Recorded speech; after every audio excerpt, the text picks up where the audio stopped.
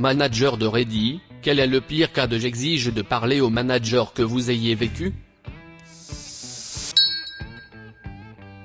J'étais la seule personne de l'équipe, ce qui faisait de moi le manager de facto. 5 minutes avant la fermeture, une femme entrait tellement en colère que nous n'avons pas de déca.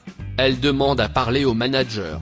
Je lui dis que c'est moi parce que je suis la seule ici, et que les cafetières sont nettoyées pour la nuit parce qu'il reste 5 minutes avant la fermeture. Non, je suis désolé, je ne peux pas faire un autre pot juste pour elle. Il y a un autre endroit au coin de la rue. Elle me crie dessus, me dit qu'elle va trouver un vrai manager et faire virer mon cul de salope, me jette une demi-tasse de cambouis de machine à cappuccino, et fait mine de vouloir sauter le comptoir. Je tiens un marteau sous le comptoir en pensant ne le fais pas, ne le fais pas. Je décroche le téléphone comme si j'allais appeler les flics. Elle part. Je ferme la porte à clé. Elle revient et court droit dans la porte en verre. Comme un oiseau. J'aimais les carences quand j'étais manager. Être capable de dire je suis le manager suivi rapidement par désolé, c'est la politique de l'entreprise a toujours pour résultat une Karen énervée qui part en colère et une équipe bien soulagée. La meilleure des meilleures interactions que j'ai jamais eues. Karen se plaignait de ne pas vouloir payer le prix des services effectués sur son ordinateur, qui était exactement le prix indiqué lorsqu'elle l'avait déposé et qu'elle avait signé. Elle a exigé de parler au responsable du service. Je l'ai appelé de l'arrière. Le directeur du service après-vente a écouté son baratin sur le fait qu'elle devait obtenir un prix plus bas parce que, raison non pertinente et absurde. Le directeur du service a établi un contact visuel avec moi par-dessus son épaule. Je n'ai pas réagi, il a dit non, le prix indiqué était le prix qui serait facturé. Elle a dit que c'était inacceptable et qu'elle allait se plaindre au propriétaire, qui était un bon ami. Le directeur du service a fait remarquer qu'il n'était manifestement pas un si bon ami que ça, puisque c'est à lui, moi, qu'elle s'était adressée à l'origine lorsqu'elle avait demandé le directeur du service. Son visage était glorieux, et a fait que tout cela en valait la peine. C'est arrivé avant que je ne devienne directeur, mais une fois, alors que je servais au steak & shake, un client avait un coupon pour un hamburger, des frites et un shake pour XX $, je ne me souviens plus du prix. Quoi qu'il en soit, sur le coupon, il était spécifiquement indiqué que le fromage sur le burger était facturé 39 cents de $, bien qu'il y ait une photo d'un burger avec du fromage. La dame a pété un câble dans la salle à manger en disant que je la traitais injustement, que c'était de la fausse publicité, etc. etc. Je lui ai dit que j'étais d'accord pour dire que c'était de la fausse publicité avec la photo, mais que le texte mentionnait spécifiquement la majoration et que je ne pouvais malheureusement rien y faire. La dame de la table d'à côté a tout entendu et s'est littéralement levée et a mis 50 cents de $, sur la table pour couvrir le problème et a dit quelque chose comme je vais payer pour votre fichu fromage si vous la fermez. Cela a encore plus énervé la dame au fromage. Mon manager a évidemment senti le problème et est sorti. Il a pris le fromage en charge de la facture. Comme what the fuck Karen. Je ne suis pas manager, mais j'ai travaillé dans un centre d'appel et j'ai eu beaucoup de carences qui voulaient parler à quelqu'un au-dessus de moi parce qu'elles pensaient que le monde existait pour les satisfaire. Je retournais toujours dans leur compte pour revoir les notes et voir ce qui avait été fait. 9 fois sur 10, on leur donnait ce qu'ils voulaient, même si ce n'était pas justifié. C'est vraiment stupide, car c'est en permettant à ces personnes de se comporter comme elles le font qu'elles se sentent en droit de le faire. Une fois, j'ai dit à une femme que si elle ne payait pas ses services, il serait interrompu après 60 jours. Elle m'a répondu par pardon ? Je suis une cliente importante et ce n'est pas comme ça que je serai traité. Ou quelque chose comme ça, putain de ridicule. J'ai travaillé dans une chocolaterie indépendante qui vendait divers parfums de truffes, brownies et boissons. Nous avions des options non laitières, des options végétaliennes et des options sans noix.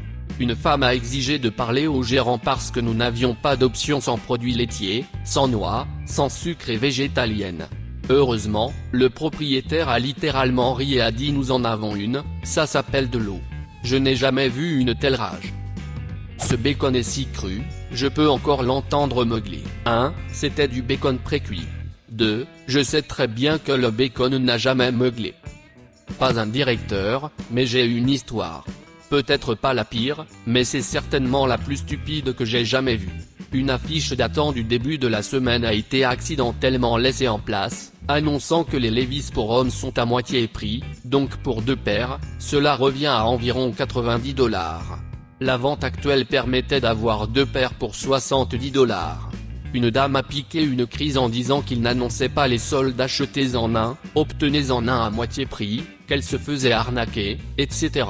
J'ai essayé de lui expliquer que nous avions accidentellement manqué un panneau, mais qu'elle faisait en fait une meilleure affaire au prix actuel.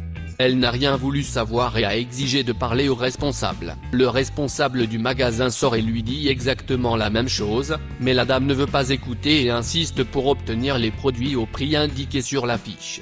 Le responsable du magasin finit par abandonner et me dit d'aller de l'avant et de faire une annulation de prix et de lui facturer l'argent supplémentaire. La dame s'en va d'un air suffisant, comme si elle pensait nous avoir bien et ou s'est fait un commentaire sur le fait que je dois apprendre à écouter les clients en partant. J'ai dirigé un magasin de spiritueux dans une ville universitaire. Les gens demandaient toujours à parler à un responsable parce que nous ne voulions pas leur vendre d'alcool sans une pièce d'identité. Ou ils essayaient de me montrer une carte d'identité scolaire, comme si ça voulait dire quelque chose pour moi. J'ai aussi obtenu des cartes de sécurité sociale, des certificats de naissance, ou d'autres formes de papiers non pertinents comme une photocopie de leur carte d'identité. Le meilleur, c'est quand je travaillais aux caisses de devant et que les gens me disaient d'aller chercher un manager et que je faisais un 360 degrés et disais bonjour, maintenant dégagez. Mon patron s'en fichait, c'était un bon ami à moi et il riait. Je ne me faisais pas chier sauf s'il le méritait. J'étais chef d'équipe dans un GameStop et j'étais le manager de service avec un autre associé dans le magasin. Nous étions assez occupés, l'autre employé et moi étions tous les deux aux caisses et faisions sonner nos lignes respectives.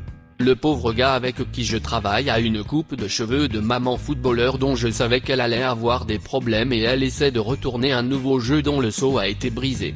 Contre la politique de retour, je ne peux pas vous aider. La dame s'énerve alors et demande d'annuler toutes les précommandes de son fils. Mon homme s'exécute et s'apprête à lui donner son remboursement sous forme de crédit magasin, car son fils n'avait payé les précommandes qu'avec des échanges. On ne peut pas mélanger les offres, c'est ce que mon gars lui a dit. C'était juste ça, elle a instantanément crié et traité mon associé de menteur. Il a littéralement tourné l'écran de l'ordinateur vers elle et lui a montré les entrées dans le crédit commercial, mais elle n'a rien voulu savoir. Laissez-moi parler à votre manager.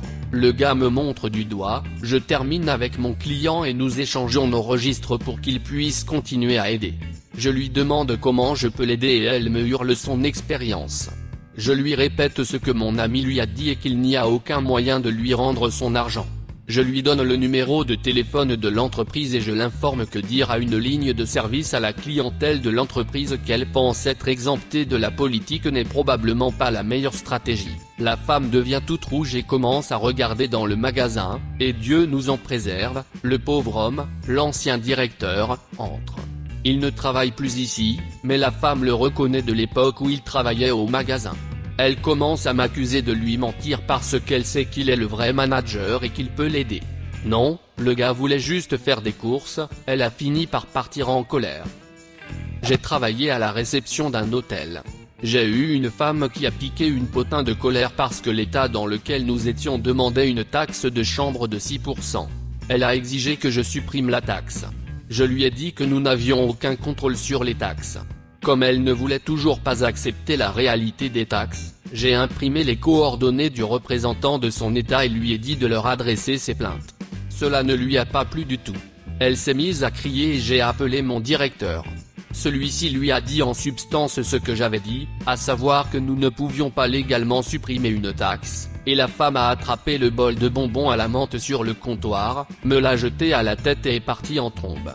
Nous avions sa carte de crédit dans le dossier et nous lui avons facturé le montant total.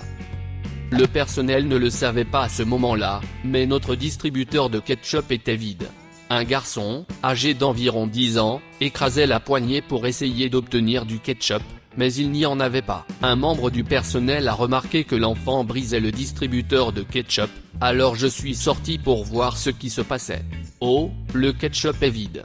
Je vais chercher un nouveau sac à la cuisine. Donnez-moi 2 minutes et je reviens tout de suite avec du nouveau ketchup. Je retire le récipient vide, le ramène à la cuisine, nettoie le distributeur et le place dans un nouveau sac. Je la porte au stand de condiments et je suis accueilli par une Karen. Karen, pourquoi avez-vous enlevé le ketchup à mon fils? Moi, le ketchup était vide, alors j'ai remplacé le sac. K, pourquoi avez-vous pris le ketchup? Allez chercher votre responsable. Moi, ok. 1 minute. Je fais environ 2 mètres, je me retourne et je me présente comme le manager. K, pourquoi avez-vous pris le ketchup de mon fils? Moi, madame, s'il vous plaît, baissez la voix. Le ketchup était vide. J'ai expliqué à votre fils que je devais le ramener en cuisine pour le remplir à nouveau. K, non, vous ne l'avez pas fait. J'étais debout ici tout le temps. Vous avez pris le ketchup à mon fils. Moi, madame, s'il vous plaît, baissez la voix. Vous n'étiez pas avec votre fils. Il était ici seul, essayant d'obtenir du ketchup, qui était vide. K, ne me dites pas ce que je dois faire. Vous savez à qui vous avez affaire? Moi, non. Madame, veuillez prendre vos affaires et quitter cet établissement. Que les cris et les hurlements. K, je ne quitterai pas cet établissement. Je vais mettre le feu à cet établissement. Les autres clients sont visiblement bouleversés par ce dont ils sont témoins. La police est appelée. Karen fait une déclaration. La police m'interroge. Je fais une déclaration. Karen a dit à la police que j'ai frappé son fils, que je l'ai poussé hors du chemin et que j'ai déplacé le ketchup dans un endroit où son fils ne pouvait pas y avoir accès. J'ai contesté cette affirmation et proposé de fournir une preuve vidéo, avec son, de ce qui s'est réellement passé. Le policier regarde la vidéo une fois, me remercie et se dirige vers la zone de restauration. Officier, madame, votre fils a-t-il quelqu'un qui puisse s'occuper de lui? Car son père est au travail en ce moment. Officier, ok. Vous êtes en état d'arrestation pour avoir proféré des menaces et fait un faux rapport de police. Encore des cris, des menaces, et maintenant des larmes. En fin de compte, elle a été accusée d'avoir fait un faux rapport de police, mais pas de menaces, et a été bannie à vie non seulement de notre restaurant, mais aussi de tout le centre commercial où il est situé. Je me suis senti un peu mal. Pas pour Karen, mais pour son fils. Il doit vivre avec ça. Avez-vous une histoire similaire? Laissez un commentaire, et abonnez-vous à la chaîne si vous voulez voir plus de vidéos comme celle-ci.